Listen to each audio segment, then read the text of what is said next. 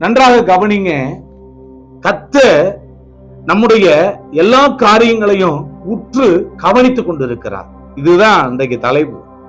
கர்த்தர் நம்முடைய எல்லா காரியங்களையும் நாம ஜெபிக்கிறதா இருக்கட்டும், கர்த்தருக்கு காணிக்கை கொடுக்கிறதா இருக்கட்டும், அவருக்காக நாம் கிரியை செய்து ஊழியம் செய்கிறதாக இருக்கட்டும், நம்ம நடக்கிறது, உட்கார்றது, நினைக்கிறது, யோசிக்கிறது, பார்க்கிறது எல்லாத்தையுமே ஆண்டவர் என்ன செய்யறாரு?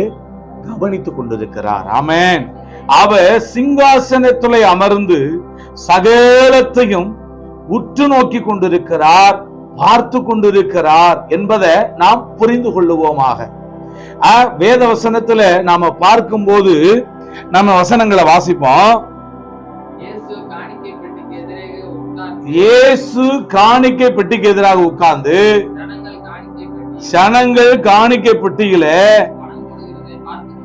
என்னது பணம் போடுகிறதை பார்த்து கொண்டிருந்தார். நல்லா கவனிச்சிங்களா? ஒருத்தர் போடுறத பார்த்துக்கிட்டே இருந்தா எப்படி இருக்கும்? ஆனா நம்ம பார்க்க கூடாது. இறைவன் தான் பார்ப்பாரு, தெய்வம் தான் பார்க்கணும். ஆனா நம்ம என்ன செய்யக்கூடாது? எவ்வளவு போடுறாங்க அப்படின்னு நம்ம என்ன செய்யக்கூடாது? பார்க்கவே கூடாதான்.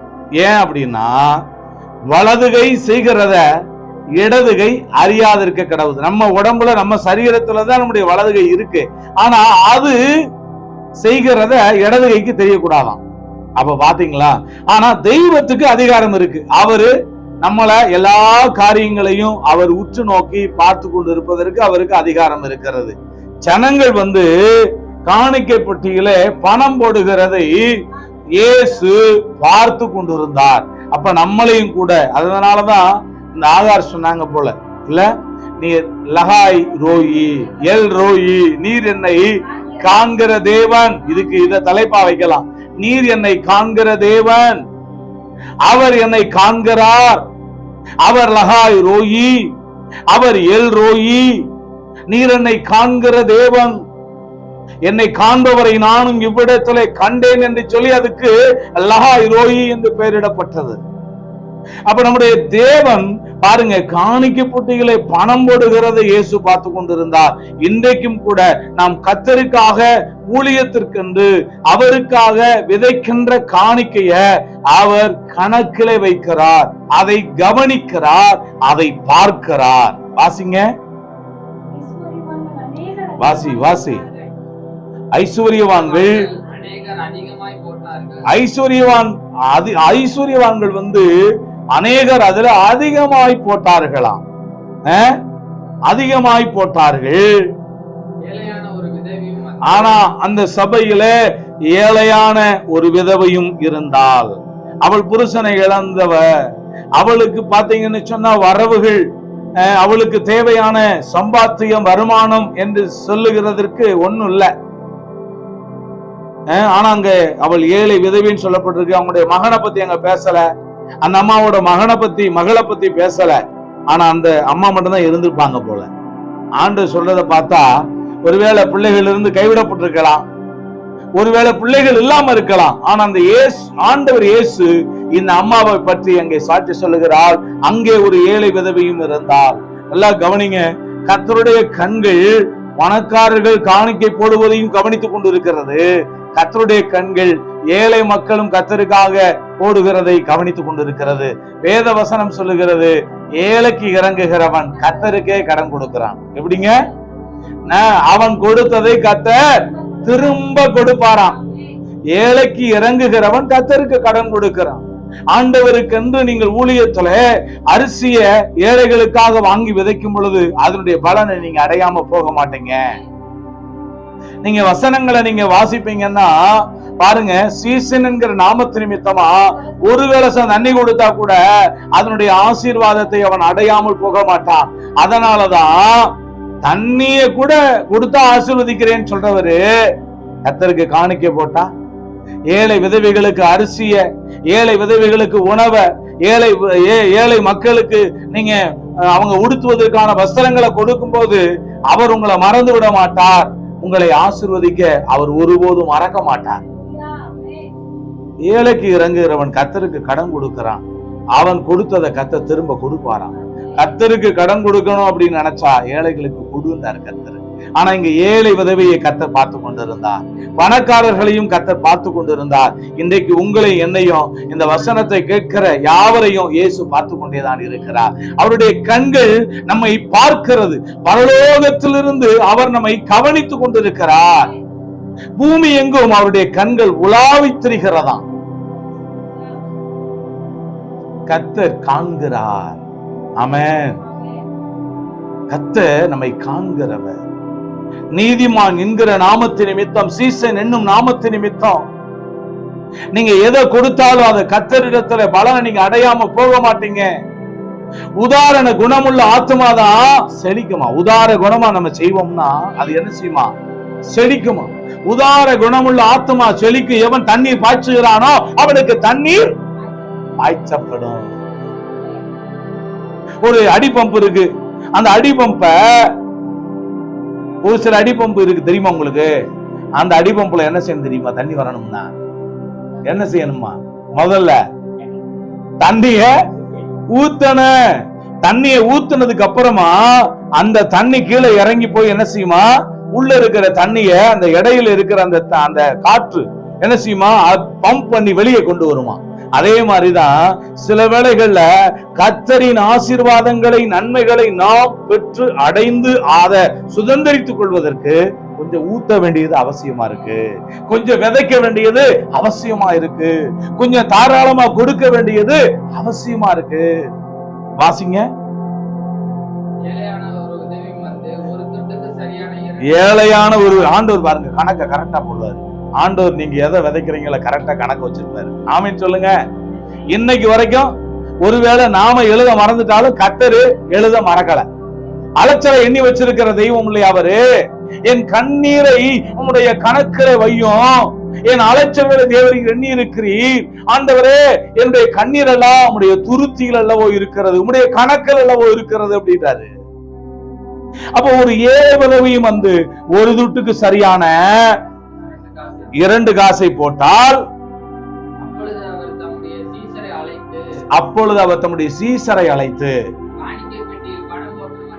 அது யார்கிட்ட சொல்லி சொல்றாரு பாருங்க காணிக்கையை பத்தி. நீங்க காணிக்கை போடும்போது ஆண்டவர் வந்து மத்தவங்க கிட்ட பக்கத்துல இருக்கிறவங்க கிட்ட சொல்றாரு பாத்தீங்களா? அப்ப நம்மளையும் கூட பரலோக ராஜ்யத்துல இந்த பூமியில நீங்க அந்தரங்கமா ரகசியமா விதைக்கும் போது பரலோகத்திலே அநேகருக்கு முன்பாக இந்த மகன் இந்த மகள் பூமியிலே இருந்த போது எனக்காக ஊழியத்திலே விதைத்தால் அப்படின்னு கர்த்தர் அநேகருக்கு முன்பாக சாட்சியிடுவார். சீசரை அழைத்து அங்க சொல்றாரு, காணிக்கை பெட்டியிலே பணம் போட்ட மற்ற எல்லாரும் பார்க்கலாம், இந்த ஏழை விதவை அதிகமாகவே போட்டார் என்று மெய்யாகவே உங்களுக்கு சொல்லுகிறேன். இது எப்படி இருக்கு? இந்த கணக்கு கொஞ்சம் நம்ம மனுஷ பார்வையில தப்பா இருக்குல்ல, ஆனா ஆண்டவருடைய பார்வையில் அதுதான் நிஜ கணக்கு. இவங்கெல்லாம் பணக்காரர்கள், பரிபூரணத்திலிருந்து எவ்வளவு வேணுமானாலும் அவங்க எடுத்து போட முடியும். ஏன்னா அல்ல குறையாத செல்வங்கள் அவங்க கிட்ட இருக்கு. பணம் போதுமான அளவுக்கு அதிகமாகவே இருக்கு. ஆனா இந்த ஏழை விதவியினிடத்துல ஒன்றுமே இல்லை. நல்லா கவனிங்க. ஒன்றுமே இல்லாத நிலைமையில நாம் தேவனுக்காக போடுவோம் பாருங்க, அதை கர்த்தர் கணக்குல வைக்கிறாரு. ஆமென். பாஸ்டர் நிறைய வரட்டும், வந்ததுக்கு அப்புறமா நான் நிறைய கொடுப்பேன், நான் நிறைய தசம பாகம் கொடுப்பேன், நான் நிறைய காணிக்க கொடுப்பேன்றத கணக்குல வைக்க மாட்டேன். அந்த அம்மாட்ட இல்ல, அந்த அம்மாட்ட அடுத்த வேலைக்கு உணவுக்கு இல்ல, குறைவுல இருந்தாங்க, தாழ்ச்சியில இருந்தாங்க, தேவைகளின் மத்தியில இருந்தாங்க. ஆனா ஆண்டவர் சொல்லாரு, இந்த ஏழை விதவை மற்ற எல்லாரை விட அதிகமாய் போட்டால் என்று மெய்யாகவே உங்களுக்கு சொல்லுகிறேன். நல்லா கவனிங்க. தேவன் 2 இடங்கள்ல காணிக்கையை பற்றி சாட்சி கொடுக்கிறார். ஒண்ணு புதிய ஏற்பாட்டுல இந்த ஏழை விதவையை பற்றி சாட்சி கொடுக்கிறார். பழைய ஏற்பாட்டுல கர்த்தர் ஆபேலினுடைய காணிக்கையை குறித்து சாட்சி கொடுத்தார். இந்த 2 இடங்கள்ல கர்த்தர் காணிக்கையை பற்றி சாட்சி கொடுக்கிறத பார்க்கிறோம். அங்கே பணக்காரர்களுடைய லிஸ்ட்ல காயினை எடுத்துக்கொள்ளுவோம். பாருங்க, பணக்காரர்கள் தங்கள் பரிபூர்ணத்துல இருந்து எடுத்து போட்டாங்க. அப்படி வாசிங்க. இப்ப சொல்றேன், நீங்க பரிபூரணம் வந்ததுக்கு அப்புறமா பரிபூரணத்திலிருந்து எடுத்து கர்த்தருக்காக போட போறீங்களா? குறைவுகள், பலவிதமான தேவைகள், இல்லாத சூழ்நிலைகள், இப்படிப்பட்ட சூழ்நிலையிலிருந்து கர்த்தருக்கு கொடுக்க போறீங்களா? எப்ப கொடுக்க போறீங்க? எப்ப? பரிபூரணம் வந்த பின்னாடியா? அவர்கள் எல்லாரும் பரிபூரணத்திலிருந்து எடுத்து போட்டார்கள். இவ்வளோ கர்த்தருக்கு கொடுக்கிறப்ப எப்ப கொடுக்கிறது? கொடுக்கிற சமயம் தெரியுமா? வறுமையிலிருந்து எடுத்து கொடுங்கள். ஹல்லேலூயா. இது எப்படி இருக்கு தெரியுமா? குழந்தையோட வாயில புடுங்கி தின்ன மாதிரி இருக்கு. உனக்கு இல்லையா? நீ குழந்தையோட வாயிலிருந்து இருக்கிறத புடுங்கி சாப்பிடுற. ஆனா ஆண்டவருடைய ஃபார்முலா என்னன்னா, உனக்கு வறுமை இருக்கு பாரு, அந்த சமயத்துல கர்த்தருக்கு கொடுக்க ஆரம்பி. இவ்வளோ வறுமையிலிருந்து அவளுக்கு இருந்தது என்னதுங்க? அவளுக்கு இருந்தது பெருமல்ல, அவளுக்கு இருந்தது பணம் இல்ல, அவளுக்கு வருமானம் இல்ல. ஆனா அவளுக்கு இருந்தது வாழ்க்கையில என்னது? வறுமை மட்டும்தான் இருந்துச்சு. இவள் வறுமையிலிருந்து எடுத்து போட்டாள். இவளோ தன் வறுமையிலிருந்து. அப்ப நல்லா கவனிங்க, அவங்க அம்மாவுக்கு ஜீவனத்துக்கு உண்டாயிருந்ததெல்லாம் போட்டுருச்சான். எப்படி? ஒரு ஆளு கொட்டாயிறாரு, ஒரு ஆளு பாத்தீங்கன்னா ஒரு நகத்தை கடிக்கிறாங்க. இருக்கக்கூடாது. கர்த்தருடைய சபையில ஸ்தோத்திரம், தூங்குறது, கொட்டாயிறது, நகம் கடிக்கிறது, நயம் பார்க்கிறது எல்லாம் இருக்கக்கூடாது. கவனிங்க, வறுமையிலிருந்து அவள் எடுத்து போட்டாள்.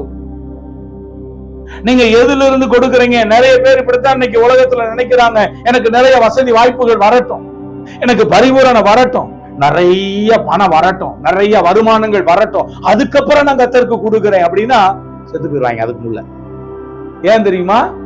அதுக்கப்புறம் கொடுக்க தருணங்கள் கிடைக்காது. கொடுக்கணும் அப்படின்னு இவங்க ஒரு காலத்தை அவர்களே ஏற்படுத்தி அவர்களே மனசுல அதை பாத்தீங்கன்னு சொன்னா ஒரு நோக்கமா வைத்துக்கொண்டு, எனக்கு எல்லாம் வரட்டும், வந்ததுக்கு அப்புறம் ஏசப்பாக்கு கொடுப்பேன்னு சொன்னா அங்க அதுக்கு போல மரணம் வந்துடுது.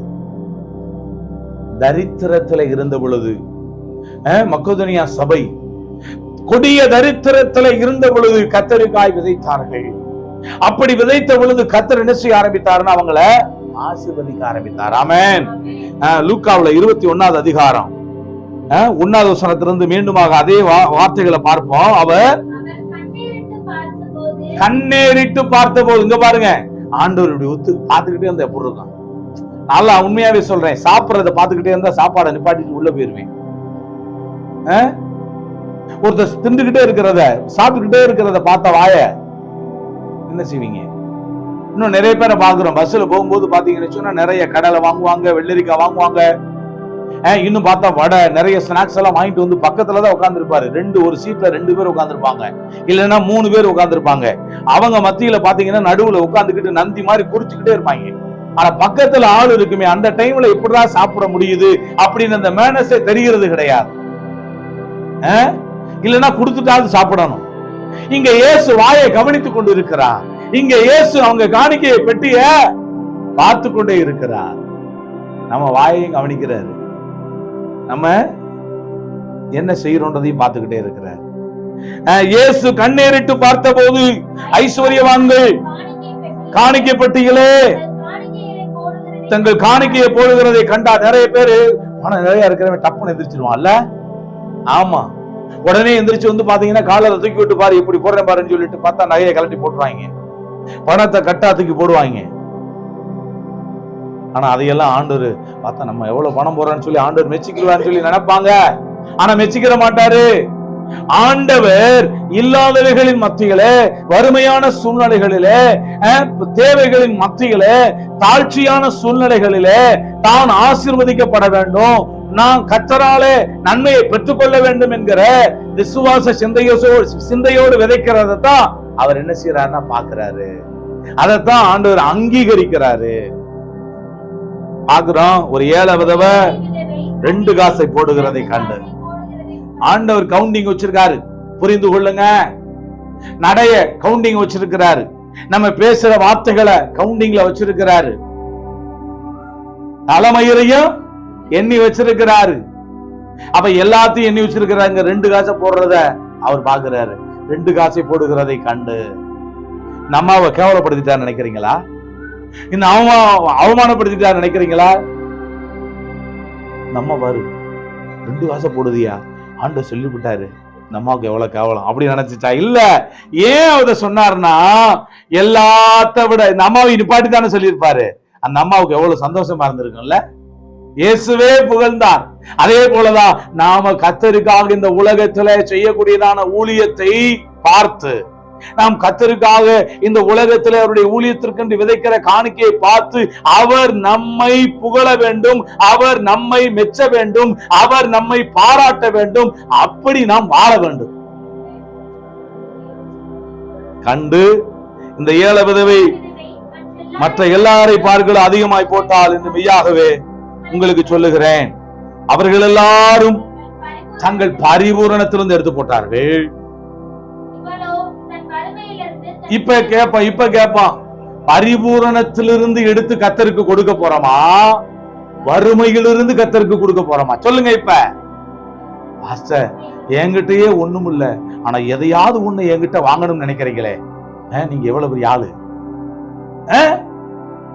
வறுமையிலிருந்து, உன்னுடைய குறைவிலிருந்து, உன்னுடைய இல்லாமையிலிருந்து தேவனுக்கு ஏன் கொடுக்க சொல்றாருன்னா, அந்த வறுமையை வாழ்க்கையை விட்டு மாத்துறதுக்கு, அந்த வறுமையை வாழ்க்கையை விட்டு விரட்டி அடிக்கிறதுக்கு. ஏன்னா ஏசாயா 58:11 பாக்குறோம், கர்த்தர் நித்தமும் உன்னை நடத்தி மகாவரட்சியான காலத்துல உன் ஆத்மாவை திருப்தியாக்கி உன் எலும்புகளை நினமுள்ளதாக்குவா. நீ எப்படி இருப்ப? நீர் பாய்ச்சலான தோட்டத்தை போல வற்றாது நீரூற்ற போல இருப்பான்னு சொல்லாரு கர்த்தர். நாம் கொடுப்பது கர்த்தருக்கு பரிபூரணத்தில் இருந்தா அல்லது வறுமையில் இருந்தா? கொஞ்சம் சிந்திச்சு பாருங்க, கொஞ்சம் இந்த வசனத்தை யோசித்து பாருங்க. பரிபூரணம் வந்த பின்னாடி, எல்லாம் எனக்கு கிடைச்ச பின்னாடி நான் கர்த்தருக்காக கொடுப்பேன் அப்படின்னு நீ நினைப்பீங்கன்னா அந்த தருணங்கள் தப்பி போய்விடும், மரணம் வந்துவிடும். ஆனா இப்ப இருக்கிற சூழ்நிலையில நீங்கள் ஆசீர்வதிக்கப்படும்படிக்கு, தேவனுடைய கரத்திலிருந்து நன்மையான ஈவுகளை பெற்று அனுபவிக்கும்படிக்கு இப்பொழுதே விதைக்க ஆரம்பியுங்கள். கர்த்தருக்கென்று கொடுக்கிற தருணங்களை இழந்து விடாம அதை பயன்படுத்திக் கொள்ள பாருங்கள். அவர்கள் எல்லாரும் அங்க பாக்குறோம், தன் ஜீவனத்துக்கு உண்டாயிருந்ததையெல்லாம் போட்டு விட்டாள் என்றார். ஜீவனத்துக்கு உண்டாயிருந்த எல்லாத்தையும் அவர் போட்டார். இப்ப ஆதியாகமம் 4வது அதிகாரத்துக்கு வாங்க சொல்றேன். ஸ்தோத்திரம். ஆண்டவர் சொல்லாரு, வாரி இறைத்தான், ஏழைகளுக்கு கொடுத்தான், அவனுடைய நீதி எந்தண்டைக்கு நிற்கும்னு சொல்லியிருக்கு. வாரி எப்படி இறைக்கணுமாங்க? சொல்லுங்க, எப்படி இறைக்கணும்? வாரி இறைக்கணுமா? ஏழைகளுக்கு கொடுக்கணுமா? அவனுடைய நீதி எந்தண்டைக்கு நிற்கும், அவனுடைய கொம்பு மகிமையாய் உயர்த்தப்படும் சொல்லப்பட்டிருக்கிறார். அது மட்டும் இல்ல, ஏழைக்கு தன்னுடைய கண்களை விளக்கிட்டோம்னா சாபங்கள் வருமா? எப்படிங்க? ஏழைக்கு நம்ம இறங்காம கண்களை விளக்கிட்டோம்னா சாபங்கள் வரும் சொல்லப்பட்டிருக்கு. அப்ப ஏழையா இருக்கிற எத்தனையோ மக்கள் இந்த உலகத்துல இருக்கிறார்கள். அவர்களுடைய பசி ஆற்றப்படும்படிக்கு யாரெல்லாம் இன்றைக்கு கர்த்தருக்கு பயந்து அவர்களால் இயன்ற உதவிய செய்கிறார்களோ அவர்கள் பாக்கியவான்கள். அதனாலதான் இயேசு சொல்லும் போது என்ன சொன்னாருன்னா, செம்மறியாடுகளை பார்த்து, நான் பசியா இருந்தேன், நீங்க எனக்கு என்ன செஞ்சீங்க? எனக்கு ஆகாரம் கொடுத்தீங்க. நான் தாகமா இருந்தேன், நீங்க எனக்கு தண்ணி கொடுத்தீங்க. நான் வஸ்திரம் இல்லாத இருந்தேன், எனக்கு வஸ்திரம் கொடுத்தீங்க. நான் காவலில் இருந்தேன், என்னைய பார்க்க வந்தீங்க. வியாதியா நான் இருந்தேன், என்னை விசாரித்தீங்கன்னு சொன்னாரு. எப்பப்பா இதெல்லாம் செஞ்சோம்? நான் வீட்டை விட்டு என்னைக்கு நகர்ந்தது கிடையாது. எப்ப நான் இதெல்லாம் செஞ்சேன்? இல்லப்பா, இந்த சிறியர்ல நீ என்ன அவங்களுக்காக செஞ்சையோ அதெல்லாம் யாருக்காக செஞ்ச? எனக்கே செஞ்சேன்னு சொல்லி கர்த்தர் மெச்சி கொண்டார். அதனாலதான் இந்த பூமியில ஒரே ஒரு முறை வாழக்கூடிய இந்த தருணத்துல நாம் இயேசுவுக்காக ஏதாவது ஒரு விதத்துல ஊழியத்திற்காய் விதைக்க வேண்டும். ஏழைகளுக்கு நம்மால் இயன்ற உதவியை செய்து கர்த்தரின் நாமத்தை மகிமைப்படுத்தி பரலோகத்திலே பொக்கிஷத்தை சேர்த்துக் கொள்ள வேண்டும். ஆமென். ஆதியாகமம் 4. சில நாள் சென்ற பின்பு பாருங்க, ஏழை விதவையினுடைய காணிக்கையை கர்த்தர் மெச்சி கொண்டார். அடுத்து இந்த இடத்துல ஆபேலின் காணிக்கையை கர்த்தர் அங்கீகரித்தார். அவனுடைய காணிக்கையை குறித்து கர்த்தரே சாட்சியும் கொடுத்தார். பார்க்கிறோம். சில நாள் சென்ற பின்பு காயின் நிலத்தினுடைய கனிகளை கர்த்தருக்கு காணிக்கையா கொண்டு வந்தான். முதையே கொண்டு வர்றான் ஒருத்தன். என்னதுங்க? ஃபர்ஸ்டா அவனுக்கு யாரும் சொல்லல. சொல்றதுக்கு முன்னாடியே நிலத்தோட கனிகள் எல்லாத்தையும் எடுத்துட்டு போய் கர்த்தருக்கு காணிக்கை செலுத்த போறான். யாரு? காயின். ஆபேலும் கவனி, தன்னுடைய மந்தையினுடைய தலையீற்றுகள்ல நல்லா கவனிங்க. நீங்க எதை சூஸ் பண்றீங்க முதல்ல பாருங்க. கவனிச்சுங்களா? தேவன் படைத்து தேவன் சபித்த இந்த பூமியில இருந்து சில கனிகளை எடுத்துக்கிட்டு போறான். யாரு? அது வருத்தத்தினுடைய கனி இல்ல? காயின் முதல்ல காணிக்கை எடுத்துட்டு போறான். காணிக்கை எடுத்துட்டு போறவன தானே கர்த்தர் அங்கீகரிக்கணும். நிலத்தோட கனிகள் நிறைய ஃப்ரூட்ஸ் எடுத்துட்டு போறான். ஃப்ரூட்ஸ் ஆண்டவர் அங்கீகரிக்கல. ஆனா இரண்டாவதா இந்த ஆபேல் தம்பி அவன் என்ன பண்றான்னா, ஓடுறான். மந்தைக்கு ஓடி போய் அங்க ஆடுகளை பாக்குறான். பேன்னு சொல்லி நோஞ்சா மாதிரி நின்றுகிட்டு இருக்கிறத பார்த்து அதை அப்படியே தூக்கிட்டு போகல. உளுத்தது எது? இருக்கிறதுலயே கொளுத்த ஆடு எது அப்படி சொல்லி நல்லா அது முத்துனதா கொண்டு போகல. இளம் ஆட்டுக்குட்டி. அது பெண்ணாட்டுக்குட்டி இல்ல, ஆண். தெரிந்து கொண்டு ஆண்டவருக்கு காணிக்கை செலுத்த முதல்ல என்ன செய்யுங்க? கற்றுக்கொள்ளுங்க. அதை கரெக்டா செலக்ட் பண்ணுங்க, சூஸ் பண்ணுங்க. எடுத்துட்டு போறான். ஆசிங்க. தலையீற்றுகளிலும், தலையீற்றுன்னா என்ன தெரியுமா? கொளுத்தது. தலையீற்றுன்னா என்னன்னா, ஒரு ஆடு முதல்ல போடுது பாருங்க, அது. நீங்களும் கூட ஆண்டவருக்கு முதல் பலனை காணிக்கையா கர்த்தருக்கு செலுத்தணும். போன வாரத்துல அந்த வார்த்தையை சொன்னேன்னு நினைக்கிறேன். உன்னுடைய களஞ்சியங்கள் எப்ப பூரணமா நரம்போ? எப்ப? முதல் வசனத்தை சொல்லுங்க. உன் பொருளாலும் உன் எல்லா விளைவின் முதல் பலனாலும் கர்த்தரை கனம் பண்ணு. அப்பொழுது உன்னுடைய ஆலைகளில் திராட்சை ரசம் புரண்டோடும், களங்கள் தானியத்தினால நிரம்பும். களஞ்சியங்கள். அப்ப இவனும் கொண்டுட்டு போறான். தலையீற்று. காயினையும் அவன் காணிக்கையும் கர்த்தர் அங்கீகரித்தார். சாரி, காயினையும் தெளிவா படிங்க. காயினையும் அவன் காணிக்கையும் கர்த்தர் அங்கீகரிக்கவில்லை. ஆனா ஆபேலுடைய காணிக்கைய கர்த்தர் அங்கே அங்கீகரிக்கிறதை பார்க்கின்றோம். என்ன காரணம்? ஆபேலுடைய காணிக்கையை அங்கீகரித்த உடனே இங்கே காயினுடைய முகமானது வேறுபட ஆரம்பித்து விட்டது. அவன் முகநாடி வேறுபட்டு என்ன வந்துச்சு? அவனுக்குள்ள எரிச்சல் வந்து விட்டது. இன்னும் குணாதிசயங்களிலே அவன் மாறவில்லை. அவனுக்குள்ளாக வைராக்கியம், அவனுக்குள்ளாக பகை உணர்வுகள், அவனுக்குள்ளாக பழி வாங்குகிற எண்ணங்கள், அவனுக்குள்ளாக கசப்பு உணர்வுகள், அவனுக்குள்ளாக கோப உணர்வுகள், அவனுக்குள்ளாக எரிச்சல், அவனுக்குள்ளாக பலவிதமான மாம்ச கிரியைகள் இருந்தது. இப்படிப்பட்ட சிந்தையோட கர்த்தருக்கு காணிக்கை செலுத்தினா அதை கர்த்தர் ஒருபோதும் அங்கீகரிக்க மாட்டார். அதுதான் என்னன்னா காயினுடைய குணாதிசயங்கள். அப்ப தேவனுடைய இருதயத்துக்கு ஏற்ற விதத்துல நம்முடைய இருதயமானது மறுரூபமாக்கப்பட்டு ஆவியின் கனிகளை கொடுக்கக்கூடியவர்களாக நாம் தேவனுக்கு காணிக்கை செலுத்துவோம்னா அதை கர்த்தர் ஏற்றுக்கொள்வார், அதை கர்த்தர் அங்கீகரிப்பார். அந்த காணிக்கை குறித்து கர்த்தர் சாட்சி கொடுப்பார். தொடர்ந்து வாசிங்க அப்படியே அடுத்த வசனங்களை. அப்பொழுது கர்த்தர் காயினை நோக்கி, நம்மளையும் கூட ஆண்டவர் அடிக்கடி கேட்கிறார், ஏன் எரிச்சல் அடைகிறப்பா? எரிச்சல் வந்தோடனே என்ன செஞ்சிருது? முகம் என்னதான் மேக்கப் போட்டாலும் முகம் மாறிடுது, முகநாடி வேறுபடுகிறது. கோபம் வந்தோடனே அப்படின்னு ஆயிடுறோம். அந்த டைம்ல வேற ஒரு ஸ்பிரிட் வந்து ஆட்டி படைக்க ஆரம்பிக்குது. கொஞ்ச நேரம் கழிச்சு தான் அந்த ஆவி நம்மளை விட்டு வெளியில போகுது. நமக்குள்ள கர்த்தருடைய ஆவி என்னைக்கு இருக்கணும். ஆமென். கர்த்தருடைய ஆவியினாலே நிரம்பினவங்களா இருக்கணும். நம்முடைய முகம் வேறுபடக்கூடாது. அப்ப அதுக்கு பதிலா நம்முடைய முகம் எப்படி இருக்கணும்? இயேசு கிறிஸ்துனுடைய சாயல, இயேசு கிறிஸ்துனுடைய அந்த குணாதிசயத்தை நம்ம வெளிப்படுத்தணும். அதுக்கு பதிலா நான் எப்படிப்பட்டேன் தெரியுமா? இவனுக்குள்ள என்ன ஆவி இருந்துச்சு தெரியுமா?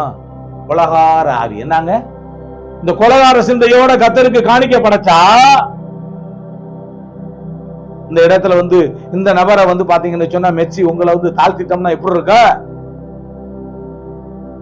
அப்பா முகம் போற போக்க பார்த்தா அடுத்த வாரம் சபைக்கு வர மாட்டாங்கல்ல, அப்படி ஆயிரும்ல. ஆனா இங்க கர்த்தர் அப்படித்தான் செஞ்சாரு. அப்படின்னா என்னன்னா, ஆண்டவர் இருதயத்தை பார்த்து நம்முடைய காணிக்கையை அங்கீகரிக்கிறாரு. நம்ம எவ்வளவு கொடுக்கிறோம்னு பார்த்து கர்த்தர் காணிக்கையை அங்கீகரிக்கல.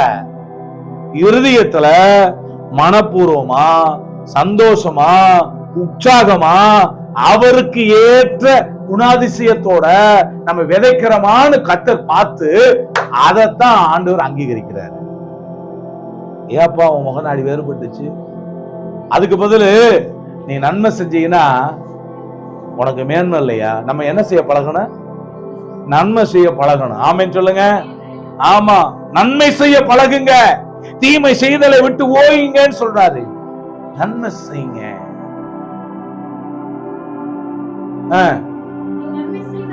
நீ நன்மை செய்தால் மேன்மை இல்லையோ?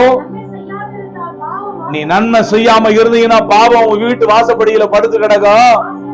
அவன் ஆசை உன்னை பற்றி இருக்கும், நீ அவனை ஆண்டு கொள்ளுவாய்ந்தாரு. ஆனா ஆபேலினுடைய காணிக்கை குறித்து கர்த்தரே சாட்சி கொடுத்தாராம். எபிரேய புத்தகத்துல படிச்சு பாத்தீங்கன்னா அவன் மரித்து இன்னும் பேசுகிறான். இந்த ஆபேல் என்ன பண்ண, இந்த காணிக்கை என்ன, காயின் என்ன பண்ணாராம் தெரியுமா உங்களுக்கு? ஆபேல வயல்வெளியில ரகசியமா கூட்டிட்டு போய் என்ன செஞ்சாரு? கொலை பண்ணி போட்டான். இந்த காயினுக்குள்ளாக இருந்த ஆவி சாத்தானுடைய ஆவி. அவன் ஆதி முதற் கொண்டு மனுஷ கொலைபாதகன் சொல்லப்பட்டிருக்கே சாத்தான். அந்த கொலைபாதக என்ன அவனுக்குள்ள இருந்திருக்கு? அவன் பாத்தீங்கன்னா கொலைகார ஆவியினாலே, சாத்தானின் ஆவியினாலே நிரம்பினவனாக கர்த்தருக்கு காணிக்கை செலுத்தினான். அதை ஆண்டவர் அங்கீகரிப்பாரா? அப்ப நம்ம என்ன ஆவியில கர்த்தர் கொடுக்கணும்? கர்த்தருடைய ஆவியில. ஆமென். ஆனா இவனும் என்ன செஞ்சான் தெரியுமா? ஆபேலு ஆட்டுக்குட்டியை பிடித்தான். அந்த ஆட்டுக்குட்டி யாரை அடையாளப்படுத்துகிறது தெரியுமா? நம்முடைய ஆண்டவராய் இயேசு கிறிஸ்துவை அதை அடையாளப்படுத்துகிறது. அங்கே சிந்தப்பட்ட ரத்தமின் ஆண்டவர் இயேசு சிலுவையிலே இந்த உலகத்தினுடைய அத்தனை மக்களுக்காக பாவ நிவர்த்திக்காக சிந்தப்பட்ட ரத்தத்துக்கு அது அடையாளப்படுத்துகிறது. அந்த அந்த ஆட்டுக்குட்டி எதை அடையாளப்படுத்துகிறது என்றால், முதற் குமாரன், தலையீற்றாக வந்தவர், தலைமகனாக வந்தவர் இயேசுவை அது அடையாளப்படுத்துகிறது, ஆண் மகனாக. அதனாலதான் கர்த்தர் அதை அங்கீகரித்தார். ஆண்டவருடைய அங்கீகாரம் ரத்தத்துல இருக்கிறது. யாருடைய ரத்தத்துல? கோழி ரத்தத்துல கிடையாது, ஆட்டு ரத்தத்துல கிடையாது. நிறைய பேர் பாத்தீங்கன்னா நிறைய பேர் சேவலை பலி செலுத்தி, நிறைய பேர் ஆடுகளை பலியிட்டு தங்களுடைய பாவத்திலிருந்து நிவர்த்தியை தேடிக்கொண்டிருக்கிறார்கள். ஆனால் அவைகள் ஒரு மனிதனை பாவத்திலிருந்து விடுவிக்க முடியாது, பாவ நிவர்த்தியை கொடுக்க முடியாது.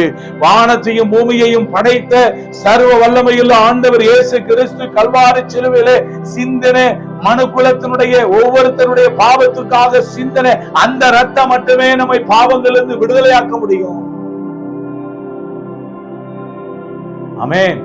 இயேசு கிறிஸ்துவின் ரத்தம் சகல பாவங்களை நீக்கி நம்மை சுத்திகரிக்கும். அந்த ரத்தத்தின் மேல விசுவாசத்தை வையுங்க. என்ன அங்க பார்த்தோம், பரிபூரணத்திலிருந்து எடுத்து நீ கர்த்தருக்கு காணிக்கை கொடுக்கின்றாயா? வறுமையிலிருந்து கர்த்தருக்கு காணிக்கை கொடுக்கின்றாயா? இங்க என்ன பார்க்கிறோம்னா, தேவன் உனக்கு கொடுத்திருக்கின்ற நல்ல சுபாவங்களிலிருந்து, ஆவிக்குரிய கனிகள் உள்ள சுபாவத்திலிருந்து தேவன் விரும்புகின்ற காணிக்கையை படைக்கிறாயா, அல்லது உன்னுடைய குணங்களிலே மாற்றம் அடையாமல் மாம்ச கிரியைகளோடு மாம்ச சிந்தையோடு சாத்தானுடைய சிந்தையோடு கூட நீ காணிக்கை கொடுக்கின்றாயா? தேவன் எதை அங்கீகரிப்பார் என்றால், நீங்கள் எப்பொழுது இல்லாத சூழ்நிலைகளிலே, தரித்திரமான சூழ்நிலைகளிலே, வறுமையின் சூழ்நிலைகளிலே இருக்கிறீர்களோ, அந்த சமயத்துல நீங்கள் கத்தருக்காய் கொடுக்கின்றவைகள் உங்களிடத்திலே 100 மடங்காய் வந்து சேரும்.